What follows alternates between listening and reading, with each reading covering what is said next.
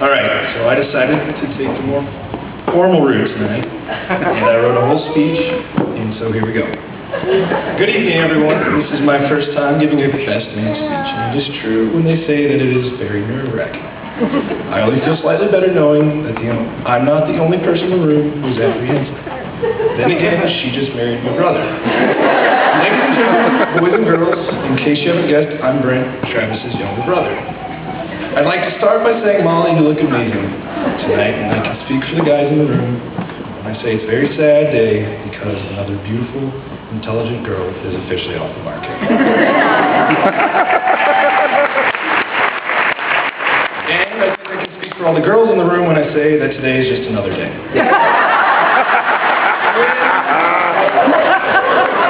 When Travis told me I was going to be the best man, I knew I had to write a best man speech. And so I did what anyone would do in this day and age, and I turned to the internet. After hours of going on the internet and looking around, I found some pretty good stuff. Then I remembered I was supposed to be looking for a speech. So I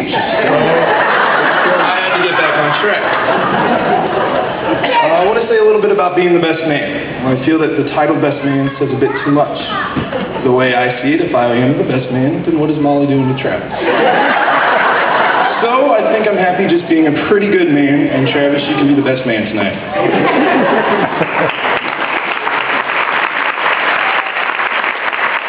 Being Travis's pretty good man has a number of responsibilities that I take very serious. Making sure his face and hair are in order, not an easy one, making the best out of a bad situation. Not losing the rings during the ceremony, even though Tiger Pond was offering a lot of cash for him. And not revealing any of Travis's deepest, darkest secrets. Well, 2 out of 3 isn't too bad. I met Travis 23 years ago in a hospital, and although I was only hours old, I can distinctly remember my first impressions. I thought he was kind, determined, soft-spoken, and a hard worker. After many years, I now know all these attributes to be true. And these are the attributes that make Travis the wonderful character he is, and so much fun to be around. Throughout our 23 years of being brothers, we have done lots of the things that all brothers do. We played ball together, we secretly set off fireworks down by the creek, and of course we shared a room. Sharing a room, and especially bunk beds with Travis, is a great experience. All those nights I was too lazy to climb up the whole 4 feet to the top bunk. Travis was kind enough to let me sleep in the bottom bunk with him. However, one night this all changed. Travis and I were both on the bottom bunk and fast asleep. I woke up in the middle of the night to find myself laying in a pool of, well, Travis had a little bedwetting problem, and that was one of those nights. I quickly realized the whole bed was soaked and the only dry spot was on my pillow, so I curled up and slept on the pillow the rest of the night. But before I passed back out, I looked at Travis lying all peaceful in his own urine, and there was a smile on his face. Needless to say, I never slept in the same bed with Travis again. So Molly, have fun with that. I can remember the first night I met Molly. It was New Year's Eve, so many moons ago. Travis brought her over to meet the family. And of course I didn't think too much of it because I had other plans. However, Molly scored some cool points that night and gave me and my buddies rides both to and from downtown. I immediately decided Travis should bring her around more often, even if it was just for the free ride. Well, Travis brought Molly around more and more, and as the years passed, the free rides were less and less. But Travis's love for Molly grew more and more, and I think I can safely say it's obvious how much in love they are with each other. And I tried to think of an example to illustrate this, and of the hundreds of examples, one specifically stuck in mind. Travis and Molly had been dating for a while. At this point, Travis decided to take a next big step in showing his love for Molly.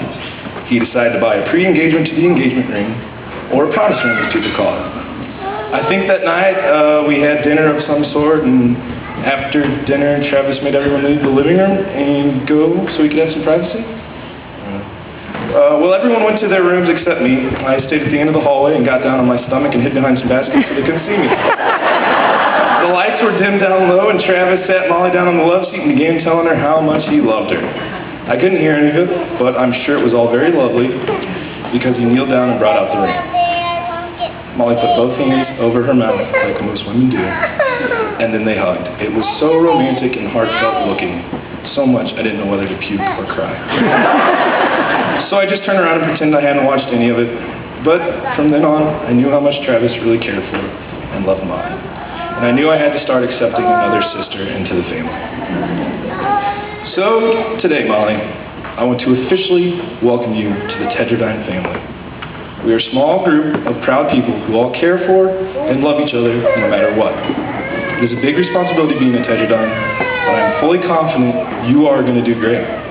Speaking on behalf of the family, we are all happy to have you as a member and are all looking forward to free dental care. All joking aside, though, Travis, I couldn't be more proud of you. I love you very much. You're a great guy, and you've always been it. You're going to make a terrific husband and hopefully a great father someday, Molly. Molly, I am proud of you, too.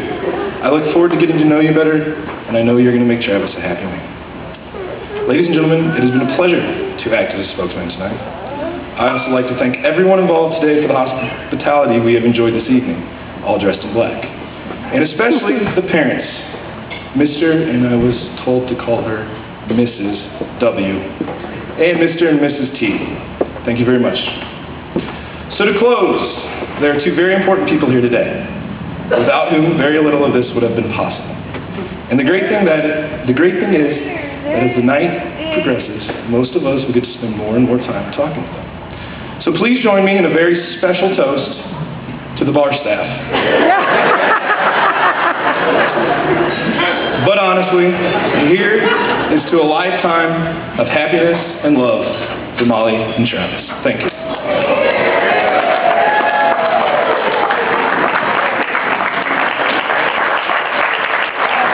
What a great toast, everybody. Mr. Brent, take it on.